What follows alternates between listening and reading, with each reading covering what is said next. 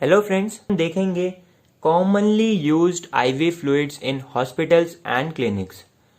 अगर आप एक स्टूडेंट हैं मेडिकल फील्ड से रिलेटेड तो आपको ये बेसिक नॉलेज पता होनी चाहिए। इस वीडियो में मैं आपको बताऊंगा uses and composition of NS, जिसको हम नॉर्मल सेलाइन भी बोलते हैं। DNS stands for dextrose normal सेलाइन। उसके बाद हम देखेंगे डेक्सट्रोज इंजेक्शन के further 3 types, D5, D10 and D25। देखिए यहां पर D का मतलब है डेक्सट्रोज और ये जो 5 है ये क्वांटिटी बताता है डेक्सट्रोज इंजेक्शन की इस आईवी फ्लूइड में। उसके बाद हम पढ़ेंगे रिंगर लैक्टेट सॉल्यूशन के यूजेस एंड कॉम्पोजिशन और लास्टली हम देखेंगे स्पेशल आईवी फ्लूइड जिसको हम आइसोलाइट पी या फिर लेक्लाइट पी भी बोलते हैं। यहां पर पी का मतलब है पीडियाट्रिक एज ग्रुप, तो ये वाला आईवी फ्लूइड मेंटेनेंस फ्लूइड की तरह यूज होता है पीडियाट्रिक एज ग्रुप में।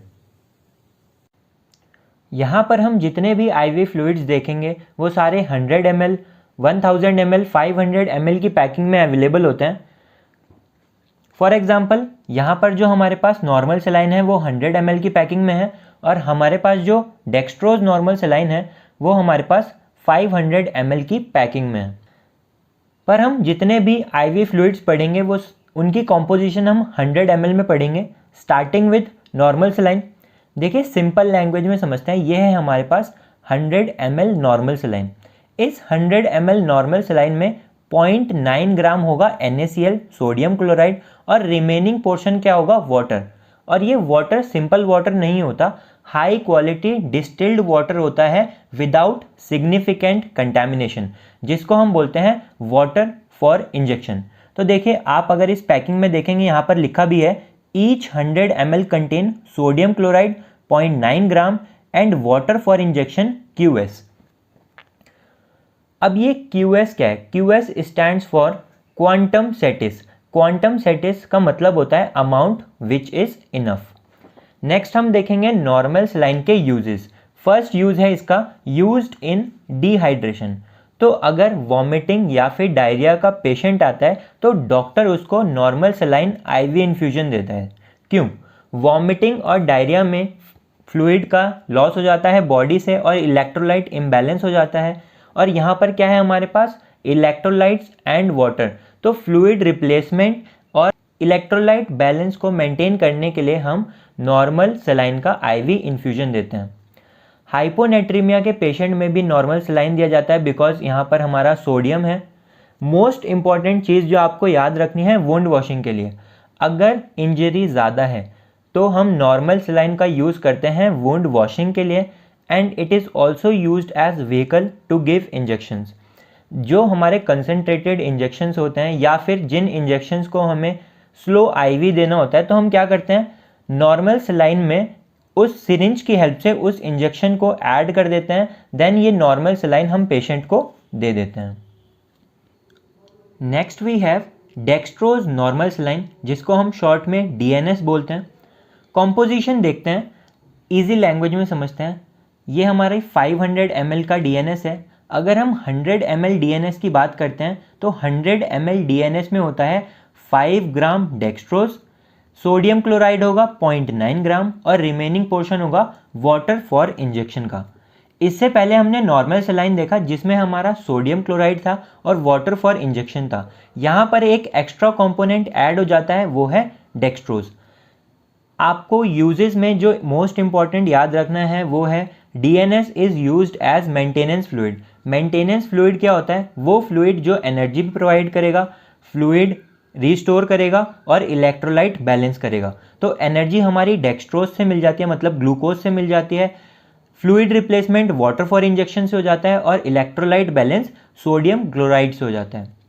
हाइपोग्लाइसीमिया के केस में, क्योंकि यहाँ पर हमारा डेक्सट्रोज है तो हाइपोग्लाइसीमिक पेशेंट में हम ये यूज़ करेंगे और इसको हम डिहाइड्रेशन में भी यूज़ करते हैं। इंपॉर्टेंट पॉइंट आपको याद रखना है, डायबिटिक पेशेंट में आप DNS नहीं देंगे बिकॉज यहाँ पर ग्लूकोज है, तो डायबिटिक पेशेंट में इसको हम यूज़ नहीं करेंगे। अभी तक हमने देखा है नॉर्मल सेलाइन में 2 कंपोनेंट होते हैं, sodium chloride and water for injection. DNS में 3 कंपोनेंट होते हैं, dextrose, sodium chloride and water for injection. अब हम देखेंगे जो डेक्सट्रोज इंजेक्शन होता है उसमें दो कंपोनेंट होते हैं, dextrose and water for injection. यहाँ पर हमारा third component sodium chloride absent होता है। अब जो हमारे डेक्सट्रोज इंजेक्शन आते हैं वो तीन फॉर्म में आते हैं, D5, D10 और ये D25। अब ये D5, D10, D25 क्या बता रहा है? D5 बता रहा है 100 ml D5 में डेक्सट्रोज का अमाउंट होगा 5 ग्राम और वाटर फॉर इंजेक्शन QS होगा। D10 में डेक्सट्रोज 10 ग्राम होगा और D25 में 25 ग्राम होगा। देखिए जैसे यहाँ पर हमारे पास है डेक्सट्रोज इंजेक्शन D25, तो यहाँ पर डेक्सट्रोज का अमाउंट कितना है? 25 ग्राम and water for injection QS। अब हम इनके यूजेस देखते हैं। जिन पेशेंट्स में हमें फ्लूइड रेप्लेनिशमेंट कराना है और कैलोरिक सप्लाई मतलब एनर्जी प्रोवाइड करानी है, लेकिन हमें इलेक्ट्रोलाइट बैलेंस नहीं कराना, उन पेशेंट में हम डेक्सट्रोज इंजेक्शन का यूज़ करेंगे। हाइपर नेट्रेमिक पेशेंट में हम डेक्सट्रोज इंजेक्शन का यूज़ करेंगे, वहाँ पर हम नॉर्मल सेलाइन NS या फिर DNS नहीं यूज़ कर सकते बिकॉज वहाँ पर हमारा सोडियम क्लोराइड होगा। तो हाइपर नेट्रेमिक पेशेंट में डेक्सट्रोज इंजेक्शन का यूज़ करेंगे। Next is ringer lactate solution, जिसको हम शॉर्ट में RL भी बोलते हैं। मेन पॉइंट्स क्या हैं इसके यूजेस? अगर बॉडी से एक्यूट ब्लड लॉस हो जाता है, फॉर एग्जांपल एक्सीडेंट के केस में, सर्जरी के केस में, तो वहाँ पर हम RL का यूज़ करते हैं। बर्न के पेशेंट में हम RL का यूज़ करेंगे और हाइपोटेंशन में भी हम RL का यूज़ करेंगे। बात करते हैं इसकी कॉम्पोजिशन की। So each 100 ml RL contain lactic acid, यहाँ पर लैक्टेट है तो लैक्टिक एसिड होगा, sodium hydroxide, sodium chloride, potassium chloride, calcium chloride and water for injection. Composition आप याद कर सकते हैं, लैक्टिक एसिड होगा 0.24 ml, sodium hydroxide 0.115 gram, sodium chloride 0.6 gram, potassium chloride 0.04 gram, calcium chloride 0.027 gram and water for injection QS। Last we have Isolyte P। It is multiple electrolyte and dextrose injection और इसको हम use करते हैं as maintenance fluid in paediatric age group. Paediatrics में हमें electrolyte कम और water का amount ज़्यादा चाहिए होता है, इस वजह से हम आइसोलाइट P का यूज करते हैं। कॉम्पोजिशन देखते हैं तो यहाँ पर क्या होगा, dextrose 5 gram, water for injection QS और इलेक्ट्रोलाइट्स होंगे बहुत सारे, sodium acetate, potassium chloride, magnesium chloride, di potassium hydrogen phosphate. पर ये जो इलेक्ट्रोलाइट्स हैं इनकी क्वांटिटी बहुत ज़्यादा कम होगी और वाटर का अमाउंट ज़्यादा होगा। So friends, this is all about most common types of IV fluids used in hospitals and clinics. आपको ये वीडियो कैसी लगी मुझे कमेंट करके बताइए और अगर इस वीडियो से आपका बेनिफिट हुआ है तो इसको ज़रूर शेयर कीजिएगा।